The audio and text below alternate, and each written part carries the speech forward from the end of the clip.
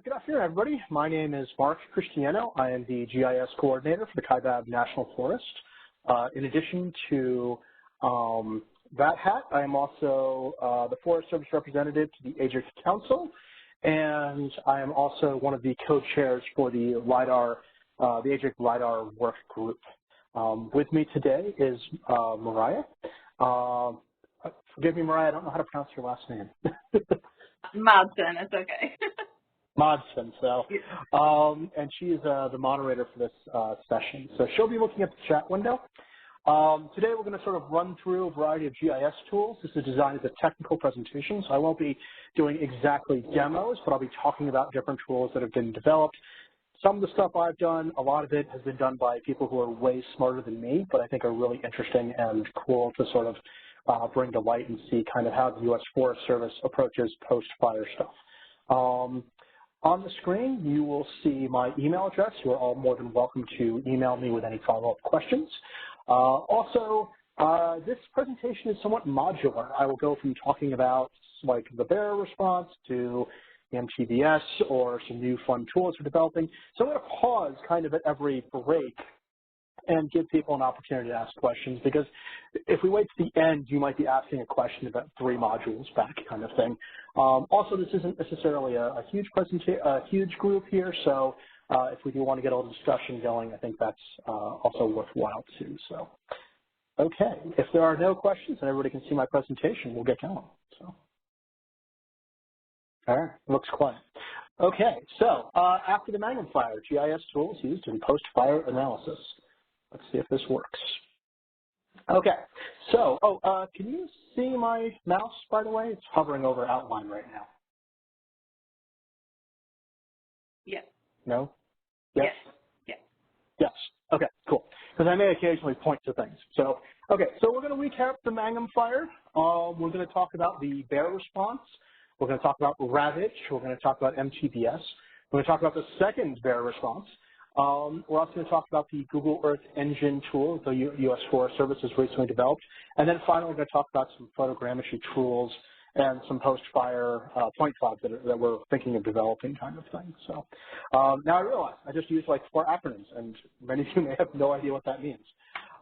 So BEAR, Burn Area Emergency Response. So, and we'll talk more about what that means. Ravage, I'm convinced they did this kind of like SHIELD, like they really wanted the acronym to be RAVAGE. Rapid Assessment of Vegetation Conditions After Wildfire. I don't know why they just didn't go with RAVC, but they wanted RAVAGE, I guess. And then MTBS, Monitoring Trends in Burn Severity. So we're going to go through all these all in more detail, but those are some immediate acronyms that we used. So, and I'll try, if for some reason I use an acronym that no one is known of, please poke me and I'll try to get in there and define it.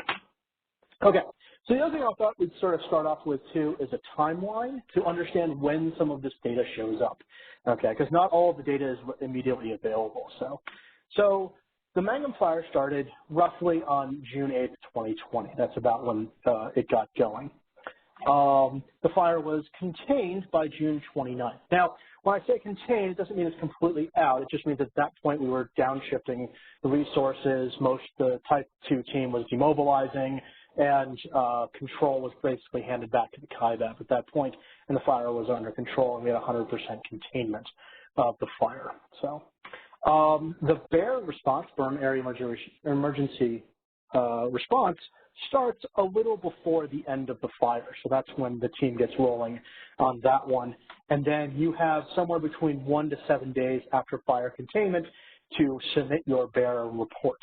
And all of your end findings. And so the BEAR team tries to sneak in a little earlier to start their work because with only 7 days, it's hard to get all that done. So they usually come in a little beforehand.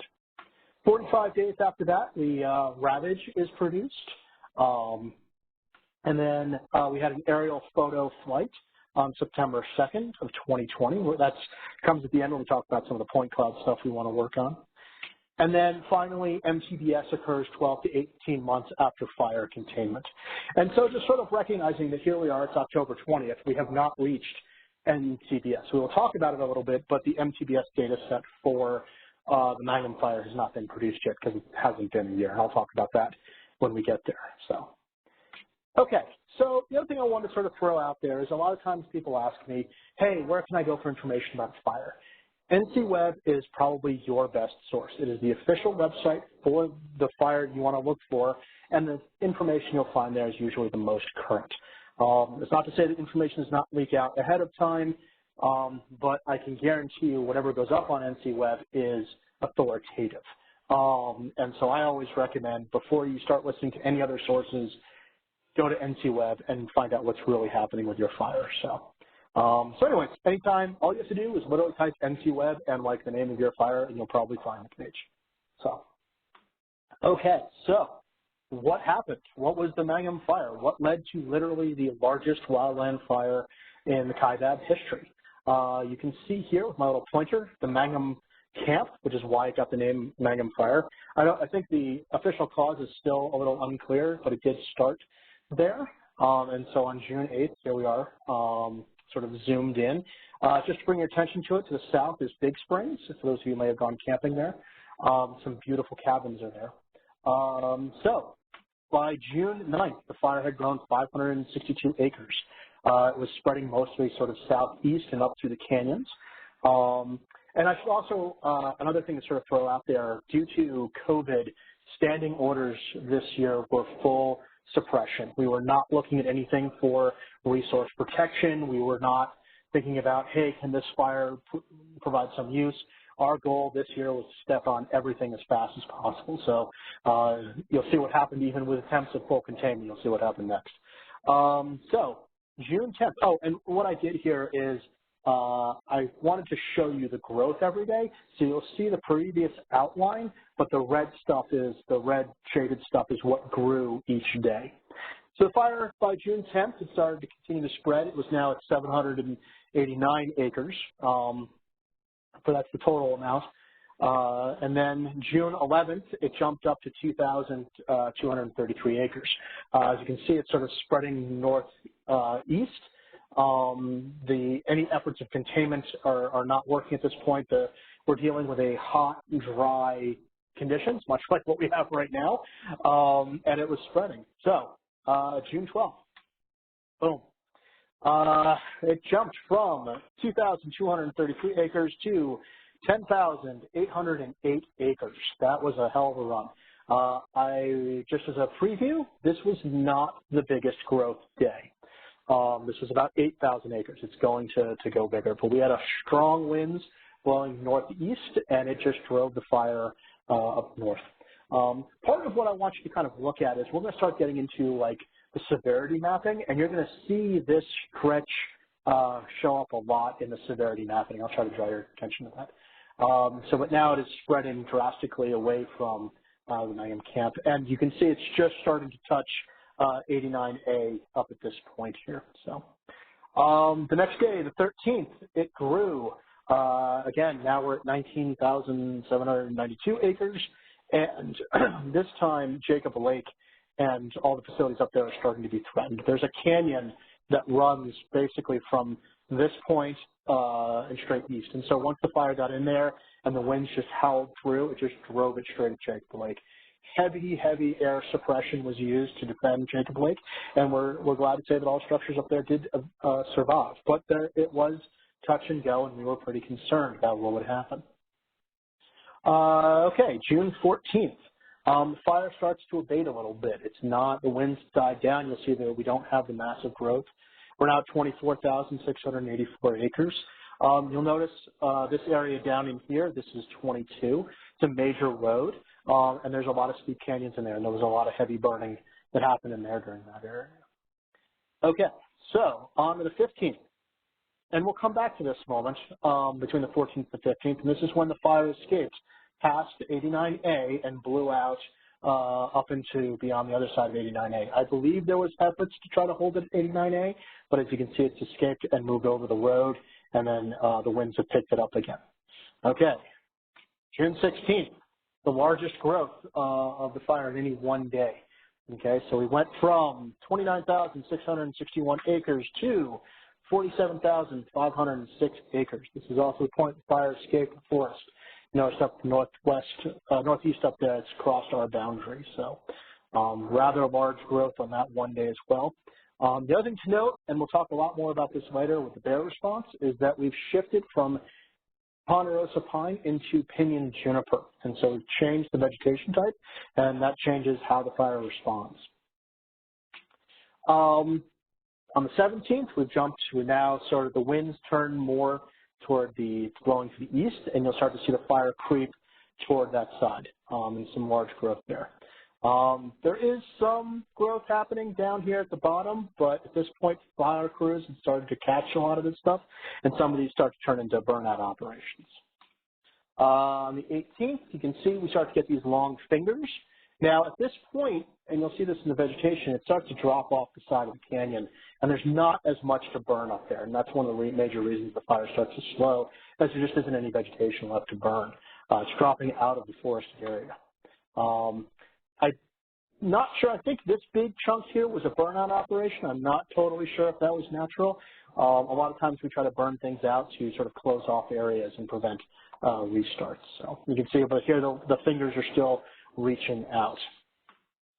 June 20th, you can see we've filled in a few more areas. The fingers are still reaching out on the 20th, the 21st. This one definitely, I know we went in there. I don't know if we used the helicopter or not, but they definitely burned out that centerpiece to make sure that got covered. And then finally, the 22nd, starting to hit these roads up here. They held this road quite successfully, but there just wasn't much to burn up there. And so that's 71,044 acres. So, and then this was the 23rd, 71,109. I'm not sure if you can even see the little red spots that are being burned at this point. And then the 24th, there's a little pocket that opened up in here. So 71,325. I think the final number we calculated in was at 71,420 acres. So this is kind of the end of it here. So this was a progression map that was created by the team, the incident management team, and the GISs. It's a great way of sort of showing you how the fire progresses across the landscape. There's some great tables in the corner there that I wanted to draw your attention to. You can see they've done the Magnum fire daily growth. This is what I just took you through. You can see there's these 2 days here, the 8,500 and the 8,900, those big growth days, and then there's that 17, which is that big jump across. And then over here, I think this one is just really displayed quite well. You can see the total acres and then the daily growth as well. And here was the sort of the final numbers of 71,450, making it the largest wildland fire in the Kaibab history. So that's what happened. That's how the fire progressed. Are there any questions about that? Anything you want to see again?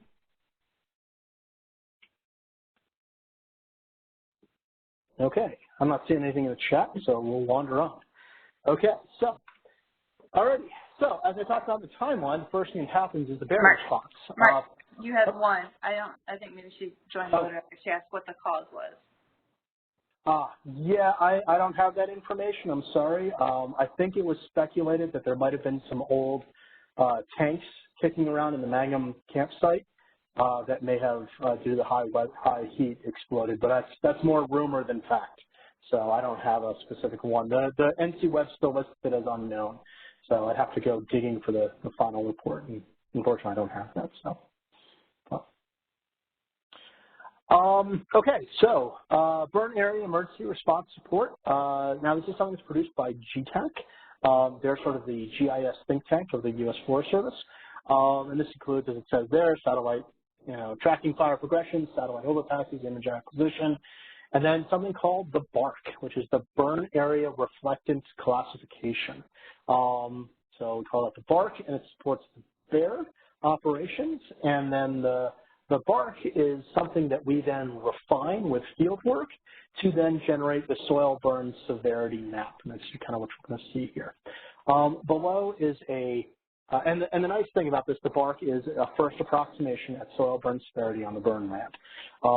What's important about this is the product that the BARC turns into, that soil burn severity map, is pretty much what you'll see get used for the rest of this presentation, and we use it for basically months because it's really the only thing that tells us what happened with the fire. So The graphic's a little old, but it sort of shows the idea. You get pre-fire Landsat and post-fire Landsat, and you do and DNBR is a normalized burn ratio, and that generates the BARC map. And so it creates it into 4 distinct classes. That's unchanged, low, moderate, and high. Now, I should also note this graphic is a little old. We now tend to do this with Sentinel data when it's available, and for the Magnum fire, we did use Sentinel data, and that drops it from your 30 meter down to your 10 meter. And so basically what you're doing is you're looking to see that change. You know, what is there before, what is there after, and how much did it change, and what is the severity of that? And that's what that DNVR is looking at. And we'll look a little deeper into that later on too. So, okay, so this is a great example. This was the imagery provided. On the left, you can see that's the pre-fire imagery that they used. And you can see some of these dark areas already out there where other fires had happened.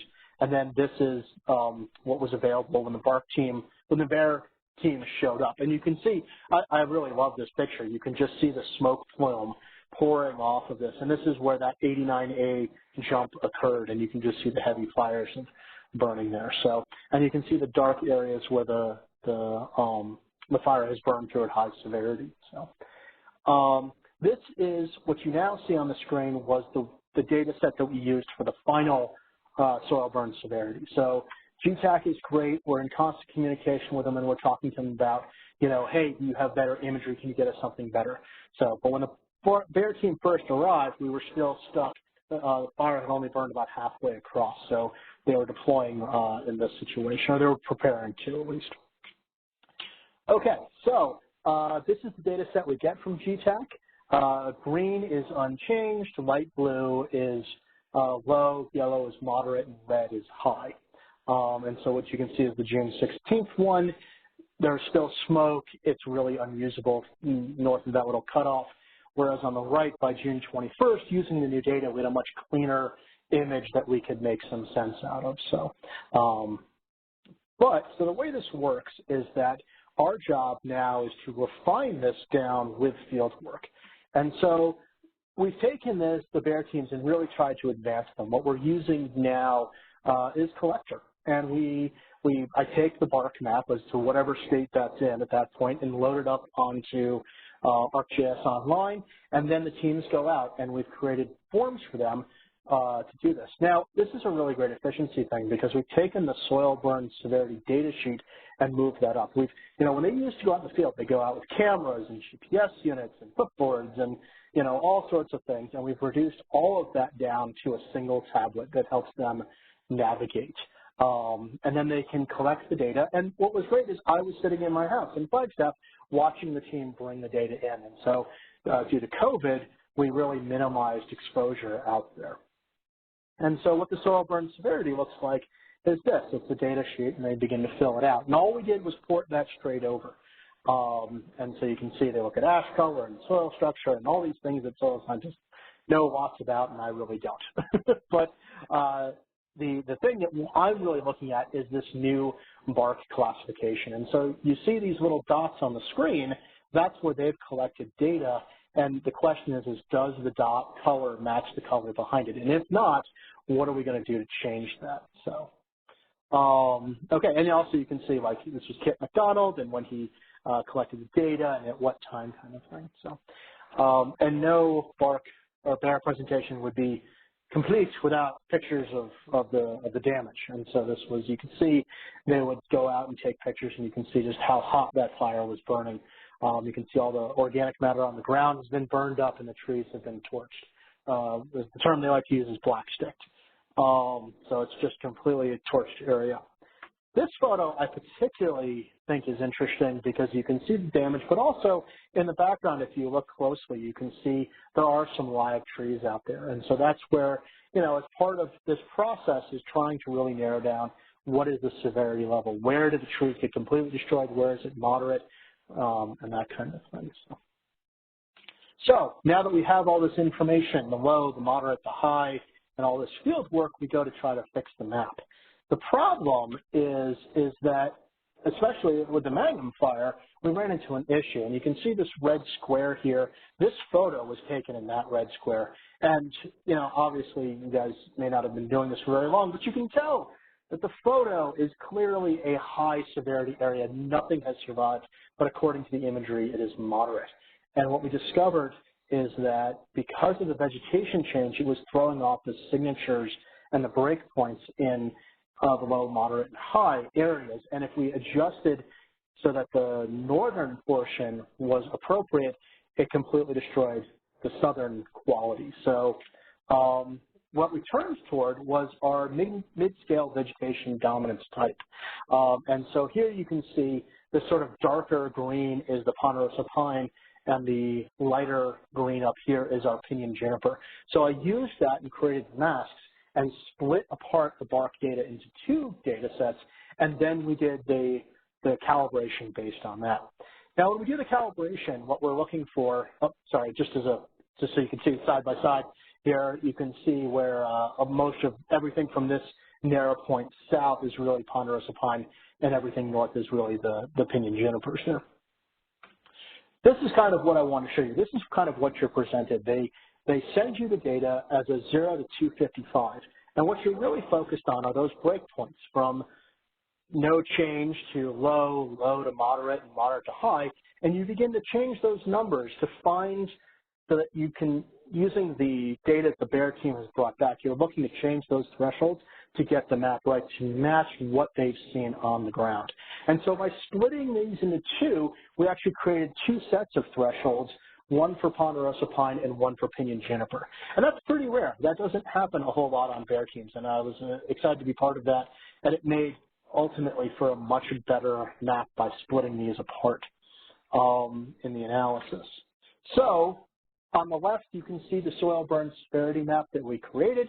On the right was the bark data that arrived. And you can see they're not drastically different, but there's definitely much different. It allowed us to appropriately scale what had happened to the ponderosa pine and still represent what happened on the pinyon juniper up there. And so this data set became the foundation of much of what we've done since then. Okay, and these are just some zoomed in shots that you guys can see sort of more closely kind of what happened. And this is, I think this is also a credit to Sentinel. The 10-meter resolution, you get a much finer quality than when you're using the 30-meter. You can see really drill down to where that happened. And some of these strips of yellow, which is probably where those kind of trees that I showed you in that picture would be appearing kind of thing. So, okay. Before I launch into some of how we did it, were there any questions about the bark stuff?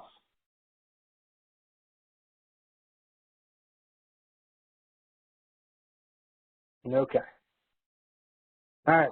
So now that we have this great data set, we really want to start picking apart sort of how this affected the landscape.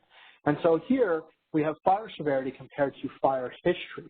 And so you'll see we have sort of light and dark. Oh, how many people were using collector in the field? All of our Bear squad had it. So everybody had tablets. Everybody was collecting field. So we probably had about 10 people in the field using collector and feeding data back. And every night they would then upload the data set. So, cool. Okay, so we have different shades to show the different vegetation types. The darker is the pinyon juniper. The lighter is the ponderosa pine. The soil burn severity map is, if you wanted specifically, sorry, I'm responding to a question in the chat, are the bark maps available to the public? The soil burn severity map is. The bark one, because it's uncalibrated, we try not to give that out. If you are a researcher looking to do more with it, that would be a different situation. But generally, we try to push out the soil burn severity map because it's a field verified map.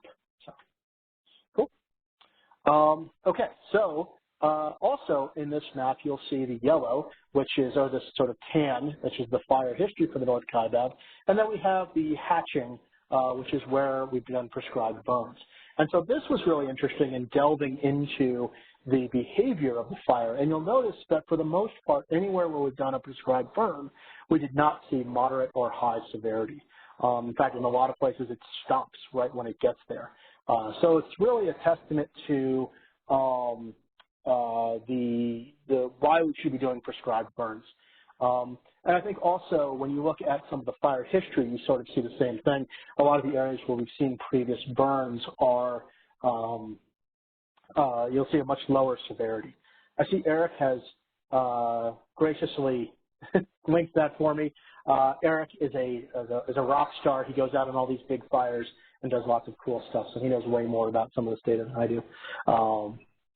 Okay, what was next? So I wanted to sort of show off the next piece here. I told you I'd come back to this, and this is the when the fire jumped over the road.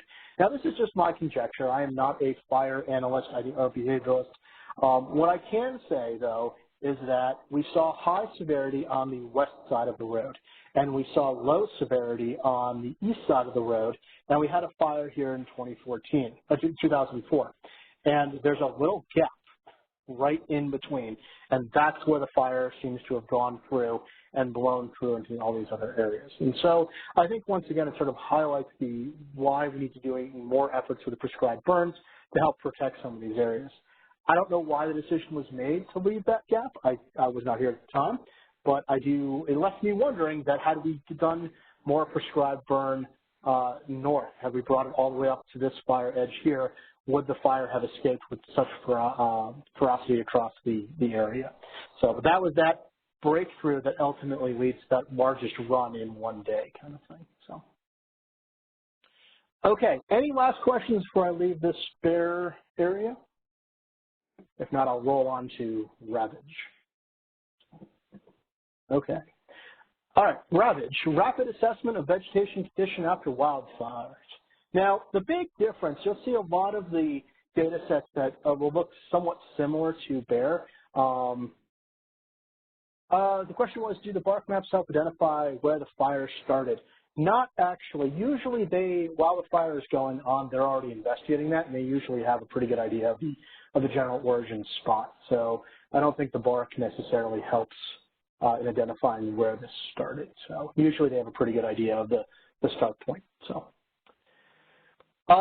Okay, so the big difference between bark and ravage is that we're talking about the vegetation at this point. And so the data set that you're going to look at, it's the data as models. It's based on some field progression. Well, let me roll through this. So you can see, again, we start at the same locations, pre and post fire imagery. We run the same DNVR, but this time we move to thresholds and regression modeling to produce these classes. And we're really looking at the trees at this point.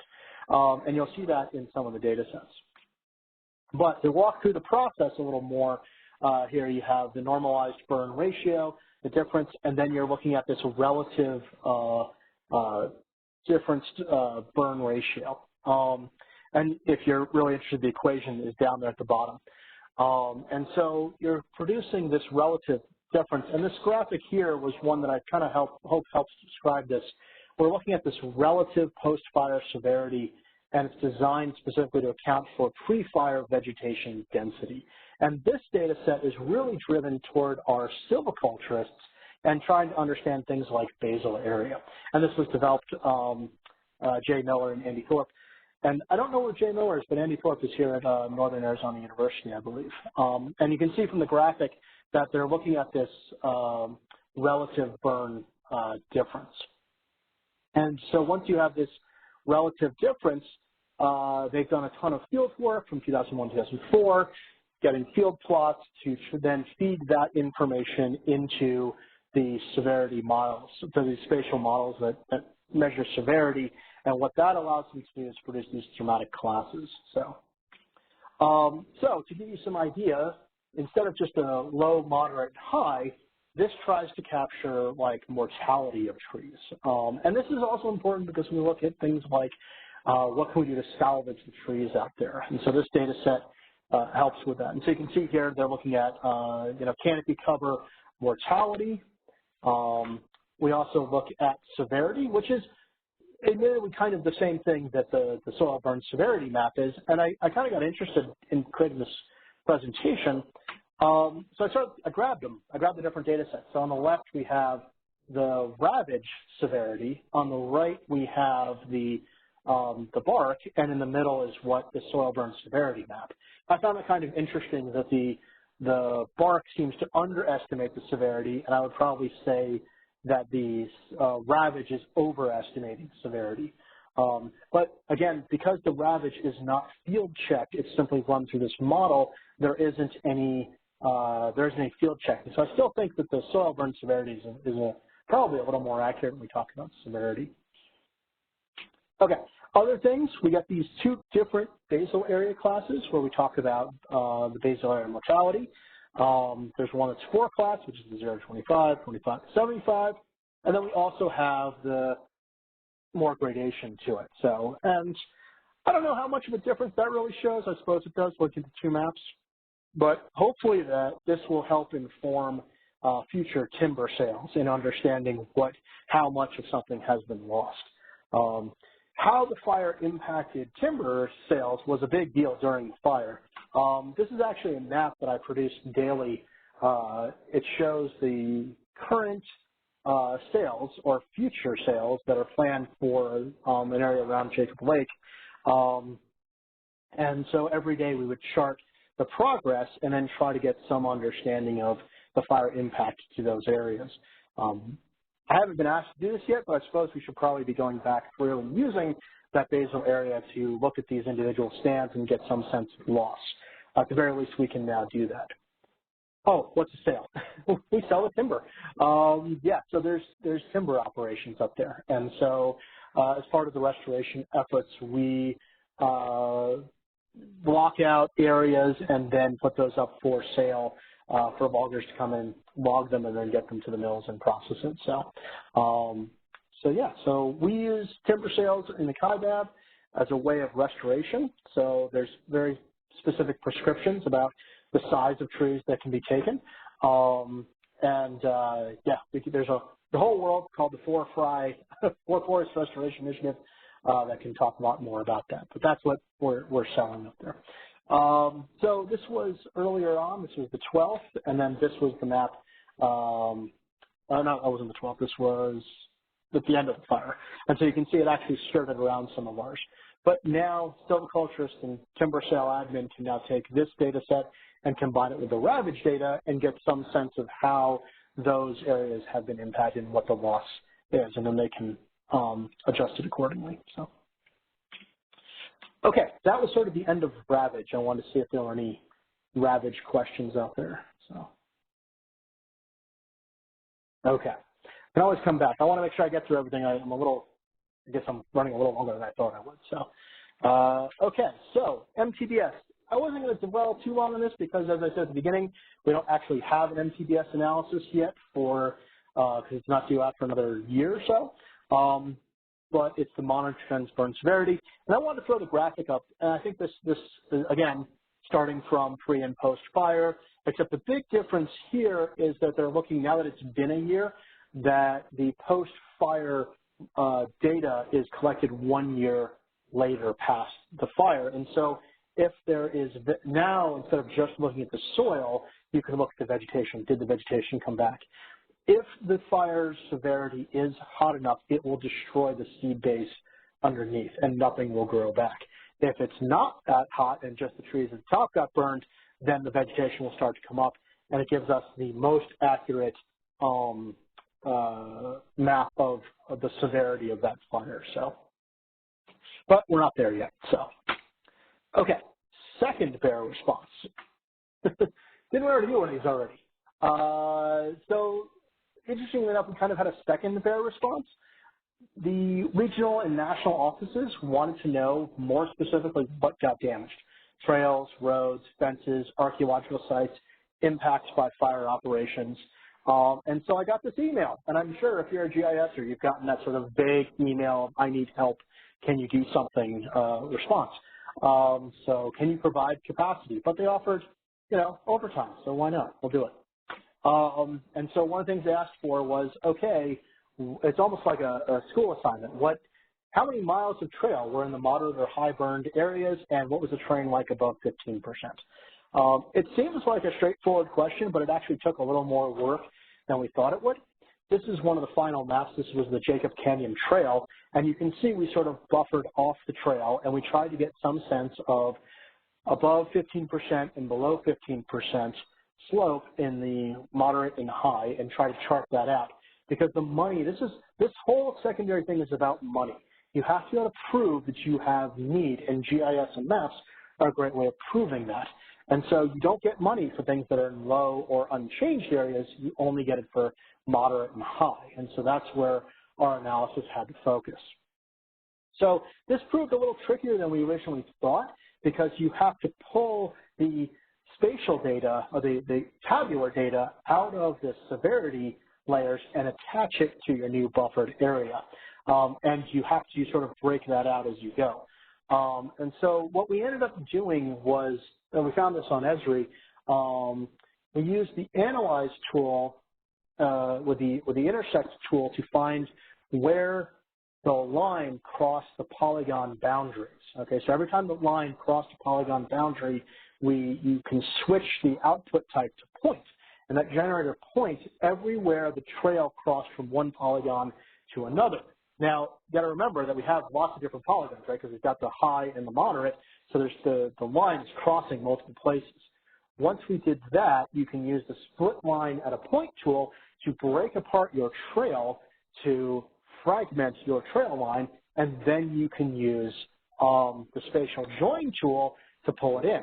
But we ran into another problem, which was that the spatial join tool, if you use the default, grabs the first spot that it comes across. And so some of the areas were being miscalculated, and they were coming out as high instead of moderate. And so I dug into it, and there's this one thing that says, have their center in. And so the part that was really interesting was for a line input, the geometry midpoint is used, specify distance and search radius. So when we did the spatial join, by selecting that, the computer would look for the center point of the line and then do the spatial join from there and pull that information up from the soil burn severity. And then from there, we could buffer that appropriately and get some sense of what was happening in trails, and then look at the slope accordingly. So, yes, there was a question, do past fails reduce burn severity as the RX fires do? Yes, that's one of the reasons we do them. In fact, we often do them in combination. There's a number of studies by USGS that look at that if you do, say, a thinning and then you do a couple low burns, that is actually kind of one of the best scenarios. So we like timber and fire work together in tandem to reduce the fuel load on the landscape. So, okay, so that was the trail thing. I also had to become an archaeologist overnight and kind of get a sense of what to do with archaeology. And so the question is where are the archaeological sites? Are they in moderate or high severity, and what is the slope in those areas? The idea being at 15%, heavy rains will then wash things away. So once you have your slope data and your soil burn severity, this is a pretty easy GIS thing to sort of just select out the points that meet all those criteria. I just thought I'd take a moment to address slope. It's one of those things that really should be easier than it is. When you first think, oh, it's slope, it's easy. But the problem is that slope is always calculated as a raster. And really, you're doing all these GIS analysis and buffers and things like that and clips. And what you really need is slope as a polygon data set, not as a raster data set. And so it's worth your while to be sort of front end of this to create a slope map, dissolve it into different zones, and then convert that into a polygon data set that you can then use in your analysis. And that's what I'm trying to show here, is that's what we did. And it just becomes so much easier when you're doing analysis when you have that type of stuff. So, okay. What else? Oh, I also had to become learn all about invasive species. And what's interesting is the other thing that Bear will pay for is if the fire damages something. And when I say fire, I mean the fire operations, not the fire itself. And so if a dozer line does something, if a drop point, if a dozer push, something like that causes damage, that can lead to invasive species moving in. And so we need to do some sort of assessment on that. So this is the data set that you get from the fire, right? It's every single point, line, and polygon that got created as part by the GISs. And the data set looks kind of something like this, right? So you've got, you know, drop points, helospots, dip sites, all this kind of stuff, and then usually some sort of note around that. So we went through it trying to figure out, you know, what could cause damage, and then do we need to get some address on that. Now, what's also kind of interesting is that if you really look closely at the map here, you'll notice most of this stuff is occurring outside the fire perimeter. Bear will only pay for things inside the fire perimeter. And so this was the final map that we produced for this. Very few things, even though there was probably a lot of damage and dozer pushes. And by the way, I had to ask a fire guy what a dozer push is. It's literally a dozer pushing things around. They often make parking lots and stuff like that out there that can really lead to a lot of invasives. But if all of it is made outside the fire perimeter, which is really the idea and the safest place to do it, then bear can't pay for it. And so these are, after removing everything that was outside, looking at everything, looking at anything that might be remotely inside, this was a small amount that could be at least claimed. One helispot, a couple dozer pushes, and about 8 miles of dozer line. So, like I said, this second one is all about the money, and that's the kind of analysis that we had to do to provide justification for this stuff. Okay, any questions about bear response number 2? Okay. All right, now we're getting to the really fun new toys. I know we talked about not talking about MTBS, but we have a new fun tool in the Forest Service. Created by GTAC by some money from the KIBAB, we created a Google Earth Engine MTBS tool. Now, when GTAC starts looking at things, they have a requirement. They will only map fires over 1,000 acres, and they won't do prescribed burns. Now, on the KIBAB, since 1984 to 2018, we had 126 fires, which accounts for about 280,000 acres. 63 of those fires were over 1,000 acres, which accounts for 260,000. The problem is that there's 63 fires out there that are under 1,000 acres, that account for about 20,000 acres, that we don't know what happened. We just know that there's a polygon there. We don't know low, moderate, or high severity. We know nothing about them. And that's very frustrating. We felt like we were missing half the picture. Also, we have no idea of what happens with prescribed burn. Prescribed burns can be low, moderate, and high as well. And so we wanted to develop some sort of tool that helped us with this. Luckily, Google has loaded all of the Landsat and all of the Sentinel data up onto their servers and is accessible through Google Earth Engine. And ultimately, mapping MTBS is simply an algorithm.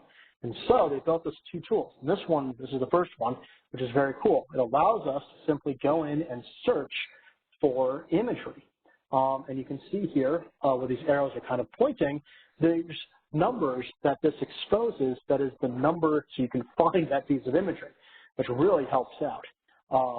And then you can load in your lat long. You can say a start date and an end date for imagery you're looking. You can actually look for 2 sections of start dates and end dates so that you can get a before and after of whatever you're looking at. You can ask it to filter out a cloud percentage. I want to see only images that have 10% cloud cover or less kind of thing. You can determine what sensor you want to look at, and you can even upload a fire perimeter into this. And this kicks back everything that you're looking for. And it creates all these little thumbnails that you can then select. You can even select 2 of them and ask them to do an on-the-fly DNVR. And you can get a sense of whether this imagery is telling you anything change-wise.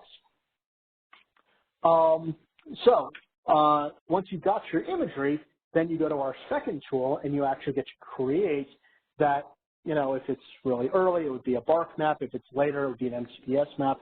And you can start to do some change analysis on this. And you can see over here, remember I talked about those thresholds that I was sitting there sort of playing with? This also loads those thresholds right in. There's a low, a moderate, and a high threshold built in that you can then modify. And then there's been some work to add in CBI layers, which is the burn index. And those used to be things you had to get from the field, but they've recently started creating regional data sets that will tell you how to modify the data set to make it more accurate for your area. Okay, So here's some great examples. This was the Three Sisters. This was a controlled burn. You can actually see here it's a little darker in this area, and you can actually see where they were lighting off fires that day. So it's kind of cool. You can actually go back and catch some of the stuff that's happening out there on the fires, and you can upload and see how this works. Also, you can load in, they've loaded in like the NLCD class, for example, and get some sense of, what you're affecting out there. Let's see here. So it does take some work. Here is sort of the default on the Three Sisters, and you can see it's very salt and peppery. And if you watch sort of the thresholds over here, the 20 and the 240, you can see by modifying those thresholds, we started to clean up the data. So, and then, you can run through the whole tool, you can clip it out, and then the nice thing is all of this can be exported and brought right into ArcMap. And so here, for example, was the Magnum fire that we ran for it using the online tools, which, again, it's not exactly the soil burn severity, but there definitely is some more accuracy in some of these areas than what we were seeing with the original output. So, and then the other nice thing is that you can also extract the pre and post imagery right there as well and have that available to you. So for those of you who have ever had to download imagery prior to Google Earth, this is way easier, so in a much more friendly way.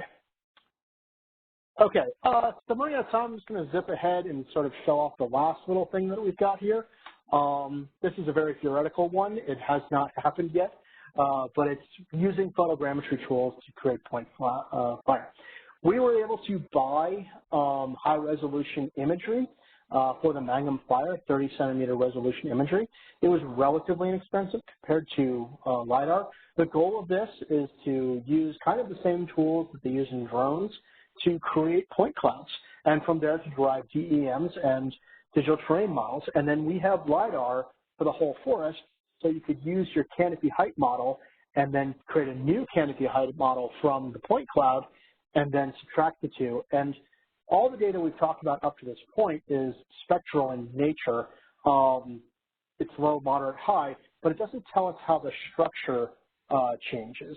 And so really, this allows us to try to really tie into how we're changing structure. The question came in is, was there a cost in Google Earth Engine? From my perspective, no. As far as I know, all this is free up there. I know the U.S. Forest Service now has a contract with Google Earth, but I think as a private citizen, anybody can tap into that stuff. So, okay, so I just want to kind of show off, this is the imagery we've received. You can see it's on the left is your natural color, on your right is your near infrared. And this is pretty high quality. This is 30-centimeter resolution, and that's the visitor center up to North Kaibab. So you're down to seeing individual trees, structures, striping on the roads, things like that. And so the reason I bring this up is because the following slides are examples of drone, but I think that when you get down to the 30-centimeter, our hope is that that resolution is good enough. Using photogrammetry tools, we can really create quality surfaces. I also want to show you here, you get a really good sense of what happened on the fire. You can see exactly where that fire came up to and get a sense of where the fire line stopped. So the way we're planning on doing this is we have access to Metashape software, and the idea is you need an overlap with this, and then you can create the surfaces from that. So, and Metashape software helps you with all that. Here's kind of an example of how that works is with all the overlap. You stitch everything back together, and using the photogrammetry tools, you can create surfaces. So here's kind of an example of what you can do with that, creating heights of trees. And so I think our ultimate goal, like I said, was to subtract the new data from the old and get a volume calculation of how much has changed out there. So here's another example. This was GTAC did this with a drone flight, so it was even more accurate, but you can see how individual trees can be picked out. And so that's kind of our hope to see how these things change. So the reason I don't have this to show you today, oddly enough, is because of credit card problems. The U.S. government has not turned our credit cards back on. October 1st was the new year for us, and I'm literally waiting for the regional office to buy hard drives to ship the data. I know that's a silly reason, but you know, sometimes federal work is just like that. When they turn the credit cards back on, they'll buy drives, and then I'll get copies of all the data, and then we can start playing with this stuff. So I apologize for not having that up, but maybe we can show it off at another date. So, but that is the idea. That's where we're going. Is that we've tackled with these new MTBS tools the ability to understand severity in how it affects the forest, and now using high-resolution imagery, we want to tackle structure. And we want to capture not just the big fires, but the small fires and the prescribed burns, combine that with timber operations, and combine that with high-resolution imagery. We feel like this will capture the full picture of how the landscape has been changed. And this is from what the fire guys tell me is the final question. They knew they had MTBS to a certain degree, but they didn't understand structure change. They had nothing to detect that. And we think that LiDAR combined with high-resolution imagery will help unlock that question as well. Did the tree die? Did it fall? Did we affect structure change, which ultimately leads to a safer forest? So, okay, and that's it. Thank you so much. I wanted to leave a few minutes for questions, or if people wanted to go back, but I wanted to make sure we got to everything. It looks like we got about 7 minutes left. But I also want to say thank you so much for coming. It looks like we had 40 people show up, which I think is awesome. So we're happy to unmute people too. Oh, and I have a little treat for you guys that I think you might find kind of interesting. This is, or scary, depending on how you're looking at it. This was a product that was put out a couple days ago by our fire guys looking at moisture. So energy release component for a 5-day period. What it's tracking is sort of relative humidity. And this dark black line here shows you our current situation. And the red line is our max. And so you can see that we have shot out of and beyond our max in our current area. And we're now looking like life more in like June or July. And so even though the weather is getting colder, we are still in sort of a high fire danger. And it's this kind of condition that's led probably to the horse fire down in the Prescott and why we're still kind of concerned about fire right now. So it's kind of an interesting graphic I thought people might be interested in. This is kind of what we look at, 2018, 2019, 2020 trends and then max. So yes, the question was, will the presentation be shared? I will make sure that it gets uploaded, and I believe we're sharing everything out. And I assume this got recorded, so I can be incriminated later on. So yeah, they're being recorded, and they'll be all uploaded once the symposium is over. Gotcha. The question was, is there instructions how to do the DNDR? I don't have them specifically. This gets generated for us, but I believe there are lots of papers on this, and it wouldn't surprise me if GTAC has some stuff on it as well. So if you just type it in there into Google, I'm sure you'll find stuff. So it's one of the things we're kind of blessed. The Google Earth Engine, GTAC simply loaded all the equation into it, and it just runs for us. It's a push of a button, which is nice. You don't have to work that hard onto it. So, but everything that's produced for the federal government is ultimately allowed to be seen by the public for the most part, at least if you're in the Forest Service. So I'm sure that at some point down the future we could release a lot of this stuff. So, what is GTAC? Oh God, I might need Eric to help me out on this if he's still here. The Geospatial Technical Assistance Center. I might be getting that wrong. I'm saying Forest Service people in there. It's a problem with acronyms you get. Oh, thank you. See, I should put Eric's name on this presentation too, so he can. So he's linked it in the presentation. So, any other questions on what we've done?